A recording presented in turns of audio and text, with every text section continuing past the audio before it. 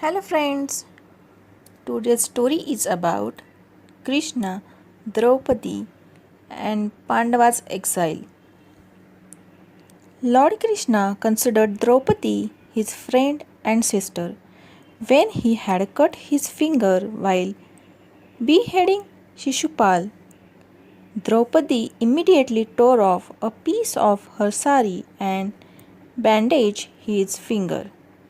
Lord Krishna had said that with this loving act she wrapped him in a debt and he would repay each thread when the time arrived. Indeed, the time had come when Draupadi needed Lord Krishna's protection. Duryodhan ordered Dushasan to disrobe Draupadi after the Pandavas had lost her to unfair gambling. Seeing that her husbands, the Pandavas, were unable to help her, Draupadi prayed to Lord Krishna to protect her.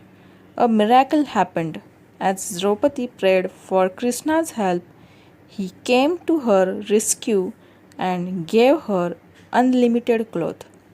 Dushasan unwrapped layers and layers of Draupadi's sari. However, as her sari kept getting extended, everyone present in the assembly looked amazed. Dushasan was forced to stop due to exhaustion. This is the one of the stories of the origin of Raksha Bandhan festival.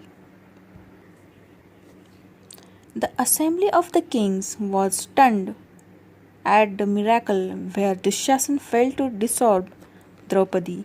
Bhim declared, I take an oath that I will tear open the Dushasan's heart and drink his blood.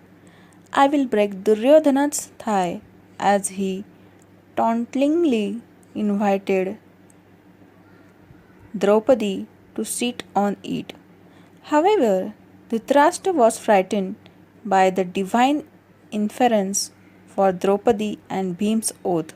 So he apologized to Draupadi and released Draupadi and the Pandavas but put a condition for them to live in exile. The Pandavas had to go into exile for 12 years. Also, in the 13th year, they had to live in disguise without being unidentified. If they were identified during the period of disguise, they had to go again for 12 years of exile and the 13th year in disguise. The Pandavas were in exile after losing the deceitful act of gambling with the Kauravas. Draupadi prayed to the sun god and he gave her the Akshayapatra or the divine bowl which would give food all day. After Draupadi had eaten, the bowl would not provide any food on the day. One day, Durvasa Muni, who was known for his quick anger, dropped in with thousands of despiles. As Draupadi had eaten her food, she prayed to Lord Krishna. Suddenly, Krishna appeared and asked Draupadi to bring the Akshayapatra. He found a single grain of rice sticking to the side of the bowl and ate it. Thank you, Draupadi. My stomach is full now, he said and disappeared. Draupadi was confused. Meanwhile, Durvasa and his disciples arrived after bathing in the nearby river. They were all so full that they did not want anything to eat, thus left peacefully. Draupadi thanked Lord Krishna for his help. The Pandavas had spent 12 years of exile living in the forest. In the 13th year, they disguised themselves and lived in the kingdom of King Virat. Lord Krishna came to Virat's court when the 13th year was over and the Pandavas revealed their identities. Lord Krishna said, Now the exile is over. I have to help the Pandavas gain their kingdom back.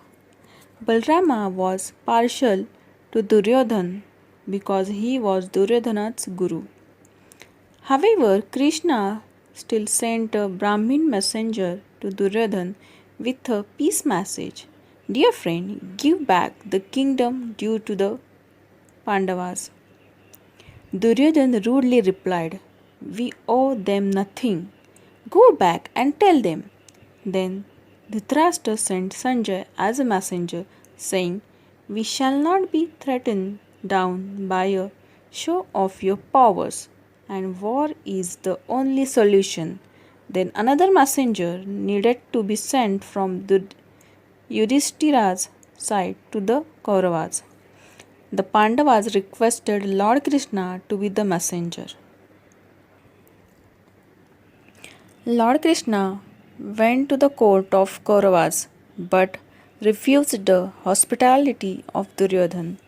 He went to the home of Vidur, a counselor in the Kaurava court. Vidur was the only man who was neutral to both the Pandavas and the Kauravas.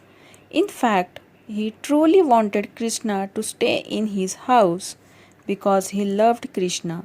It is said that he was so happy that Lord Krishna was in his house that he offered him a few bananas.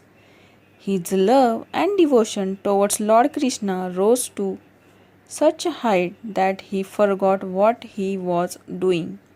He offered the banana peels and threw away the fruit. Krishna smilingly accepted the pills. He did not say anything and ate the pills. When Vidur realized what had happened, he wept and offered the banana fruit. Lord Krishna said the peel was tastier than the fruit because the peel was offered with love and happiness. Vidur smiled with relief.